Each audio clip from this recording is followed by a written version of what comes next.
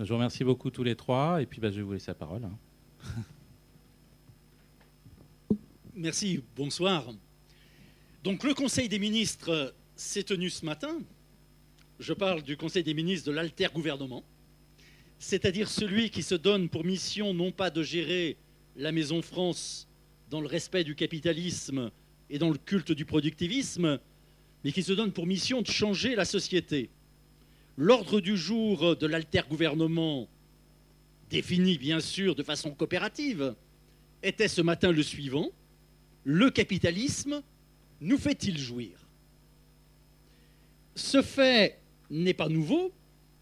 Ce qui est nouveau, c'est que la gauche officielle, la vieille gauche, celle que Benoît Hamon qualifie dans son dernier bouquin de gauche placebo, juste avant de rejoindre Hollande et de devenir ministre, mais j'aime bien Hamon, hein, enfin beaucoup plus que Manuel Valls. Je dirais, ce qui est nouveau, c'est que cette gauche placebo n'est plus du tout à la hauteur de l'histoire.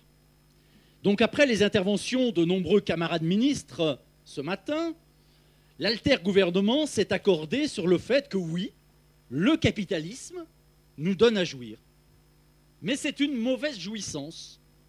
C'est une jouissance d'avoir, une jouissance d'emprise, celle du toujours plus. Toujours plus de richesse économique, toujours plus de pouvoir. Et si la gauche aphone, si la gauche placebo aujourd'hui accepte, c'est parce qu'elle a perdu le mode d'emploi pour sortir du capitalisme et du productivisme. Cette fausse gauche a oublié que le capitalisme, c'est trois choses. Le capitalisme, c'est tout d'abord un système économique diablement efficace, comme disait Lacan. Diablement efficace, c'est-à-dire qu'il repose sur l'exploitation du travail, sur le pillage de la planète. Mais le capitalisme, ce n'est pas que ça. Le capitalisme, c'est aussi l'imposition d'un style de vie, de mode de vie particulier, avec des produits spécifiques, comme la priorité à la voiture, comme le nucléaire, comme le tous propriétaire, en matière de logement. Mais le capitalisme, ce n'est pas non plus que cela. Le capitalisme, c'est aussi une réponse à nos angoisses existentielles, à la peur de mourir, à la conscience de notre finitude. Et la réponse capitaliste, c'est cette jouissance d'emprise, c'est-à-dire cette société boulimique. Or, les gens de peu, comme disait Pierre Sanso, le peuple, comme on dit communément, n'a que faire de ce marché de dupes. Il a les envies que fait naître le capitalisme, mais il n'a pas les ressources. Il n'aura d'ailleurs jamais ces ressources. On ne vivra pas tous demain comme des petits bourgeois. On ne fera pas du quad au Maroc. Le grand projet, le vrai projet de l'alter-gouvernement, c'est donc, selon moi, d'aider à l'invention d'une autre forme de jouissance. Non pas la jouissance d'avoir et d'emprise du capitalisme, mais la jouissance d'être. Et pour cela, il faut se souvenir que l'être humain, c'est d'abord un être social. C'est-à-dire que la particule élémentaire de la société, ce n'est ni l'individu égoïste, ni le groupe. C'est la relation, c'est le lien. C'est la raison pour laquelle nous sommes du côté de la multiplication des agencements sociaux. C'est pourquoi l'alter-gouvernement souhaite libérer les territoires. En 1981, on avait libéré de nouveaux territoires. Ça a été les radios libres. Ça a été les lois Auroux sur la démocratie dans l'entreprise. En 2012, le nouveau territoire à libérer, c'est celui de la gratuité. Et si c'est celui de la gratuité, c'est parce que, comme le disait Deleuze, seul le désir est révolutionnaire. Mais pas le désir de quelque chose. Ce désir de quelque chose est toujours une tentative totalement vaine de combler un manque. Parce que cette tentative vaine de combler un manque, ça ne vaut que jusqu'à une nouvelle envie. J'ai demandé au Pinson Charlot d'exposer dans leur série du sarcophage « On change tout » ce que serait le président des pauvres après le président des riches. Je vous laisse découvrir leur texte admirable dans le sarcophage, mais j'avoue ne pas croire, moi non plus, que le président modeste puisse être le président des pauvres. La première mesure de notre ministère a été l'installation d'une agence nationale de la gratuité. Les auditeurs de là-bas, si j'y suis, ont pu suivre en direct sur France Inter la réception officielle par le maire de Grigny, René Balme, de cette agence de la gratuité. Ce combat pour la gratuité ne naît en effet pas de rien. Il est porté par des mouvements sociaux. Il est porté aussi par de nombreuses villes et par des communautés d'agglomération. Le projet de loi que je vais présenter ce soir aurait dû être au cœur de la campagne électorale. Il divise cependant la gauche, toute la gauche. Il fait débat, sauf peut-être au sein de ce qu'on nomme les gauches antiproductivistes, puisque ce combat pour la gratuité est même le grand emblème des gauches antiproductivistes. Cette question de la gratuité a même fait exploser ce qu'on nomme le courant de la décroissance, entre une décroissance de droite, souvent bigote, et une décroissance des gauches, je dis bien des gauches, amoureuses du bien vivre. Et je fais le pari que ce dont nous parlons ce soir sera au cœur de la campagne de 2012. Mais, non pas de 2012, mais de 2017. Mais il n'est pas nécessaire d'attendre 2017 pour avancer et pour gagner. Pour gagner à la fois sur le plan idéologique, politique, mais également pour commencer à conquérir, à construire des morceaux de gratuité.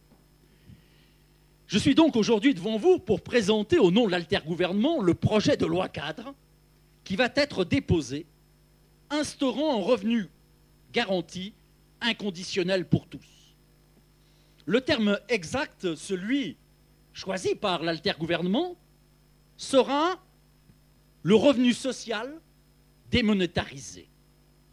Ce revenu social démonétarisé est la réponse des gauches antiproductivistes aux politiques de relance. Vous savez, le terme de relance, c'est ce néologisme forgé par Christine Lagarde et qui dit qu'il faut à la fois des politiques de rigueur et de relance. Eh bien non, nous disons ni rigueur, c'est-à-dire pas d'austérité, ni relance, c'est-à-dire pas de croissance économique. Ce projet de loi cadre est une réponse à une série d'urgences. Une urgence sociale tout d'abord, face à l'explosion du chômage, au développement de la précarité. Et on aurait tort de croire qu'on en a fini avec cette multiplication des naufragés du système. Vous savez que le grand phénomène majeur du XXe siècle, ça a été le développement des classes moyennes. Développement des classes moyennes qui n'est pas seulement l'augmentation du pouvoir d'achat, mais qui est aussi la casse, la perte des cultures populaires. Eh bien, le grand phénomène majeur du XXIe siècle naissant, c'est ce que les sociologues appellent la démoyennisation de la société. Cette génération des bac plus 5 à 1 000 euros. 1 000 euros en France, beaucoup moins en Grèce, au Maroc, en Espagne. Donc la gratuité est une réponse à cette urgence sociale. La gratuité est aussi une réponse à l'urgence écologique, c'est-à-dire à l'impossibilité de produire et de consommer toujours plus, comme l'impose le capitalisme et ses gérants de droite comme de gauche. C'est une réponse à l'urgence écologique, puisque la gratuité va nous obliger, et on le verra avec nos 2 commissaires au peuple, va nous obliger à faire la distinction entre les besoins sociaux, ce qui correspond à des besoins de haute nécessité, comme disent nos amis poètes antillais, et ce qui correspond, je dirais, à des gaspillages. Mais la gratuité, c'est aussi une réponse à l'urgence politique. Face à la faillite des droites et des gauches sociales libérales, face aussi à la montée de l'extrême droite. cette montée de l'extrême droite à l'échelle européenne. Si nous n'avons pas un grand projet capable de susciter le désir, le grand désir, si nous n'avons pas un projet capable de donner envie de changer, eh bien la situation ressemblera de plus en plus à celle des années 30. Et puis, la gratuité, c'est aussi une réponse à l'urgence anthropologique. Oui, nous sommes tombés dans la marmite de la société de consommation il y a environ 70 ans, et on en veut encore. On a raison de dénoncer le capitalisme, il faut le faire. Mais tant qu'on n'aura pas quelque chose d'aussi fort que le toujours plus, on n'y arrivera pas. Et à mes yeux, à nos yeux, la seule chose qui soit à la hauteur du toujours plus, c'est le don, c'est le partage, c'est la gratuité. Parce que la gratuité, on l'a chevillée au cœur. C'est à la fois le souvenir du paradis perdu, du sein maternel, des relations amoureuses, amicales, associatives, mais ce sont aussi les biens communs, les services publics. Et on sait à quel point les citoyens sont attachés à leurs services publics et notamment à leurs services publics locaux. Cette agence nationale de la gratuité est aussi une façon de dépasser les faux débats. Le premier faux débat concerne à la fois la droite et la gauche placebo, c'est la question du pouvoir d'achat. La gauche placebo, la gauche redistributrice, celle qui ne vise à mieux répartir le gâteau en oubliant qu'il est totalement empoisonné, ne parle que d'augmentation du pouvoir d'achat. Comme si le SMIC à 1 700 € était plus révolutionnaire que celui à 1 500 ou 1 600 €.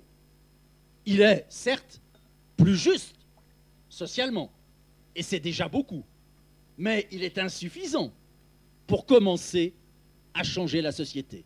Et d'un autre côté, vous avez la droite, mais aussi la décroissance de droite, qui proteste contre la revendication du SMIC à 1 700 € au nom du réalisme écologique et même au nom du réalisme économique. Cette décroissance de droite ne voit pas qu'elle pense dans le cadre du système. Elle ne voit pas que refuser de donner plus à ceux qui ont moins, c'est une bonne affaire pour le MEDEF. Et que finalement, cette décroissance-là, ça peut être l'autre nom donné à l'austérité imposée au peuple. La grande question pour une gauche antiproductiviste et objectrice de croissance n'est donc pas d'être pour ou contre le pouvoir d'achat. Le grand enjeu, c'est de dépasser la réponse capitaliste à cette question. Mon ministère ne sera pas celui du pouvoir d'achat, mais du pouvoir de vivre. Je n'ai rien à faire du pouvoir d'acheter des produits soumis à l'obsolescence programmée. Je n'ai rien à faire du pouvoir d'acheter des biens socialement et écologiquement irresponsables. Je n'ai rien à faire du pouvoir d'acheter des biens qui reposent sur l'exploitation des ressources, sur le pillage du tiers-monde.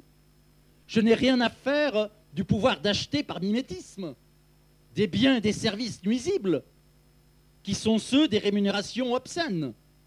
J'entends en revanche être le ministre de la satisfaction des besoins sociaux fondamentaux. Oui, il y a en France des millions de gens qui n'ont pas assez. Oui, il y a en France des millions de Français qui ont besoin de vivre mieux.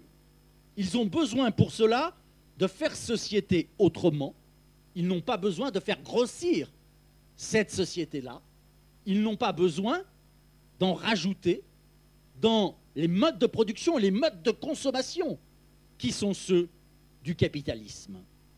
L'alter-gouvernement fait donc le pari que la meilleure façon de satisfaire ces besoins fondamentaux, qui sont aujourd'hui négligés, sacrifiés, ce n'est peut-être pas tant l'augmentation des salaires que la construction des communs.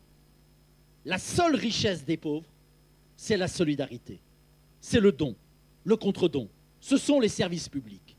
Oui, l'alter-gouvernement propose à la population de troquer la réponse capitaliste contre une réponse qui soit à la fois anticapitaliste et antiproductiviste, celle du passage vers une société de la gratuité.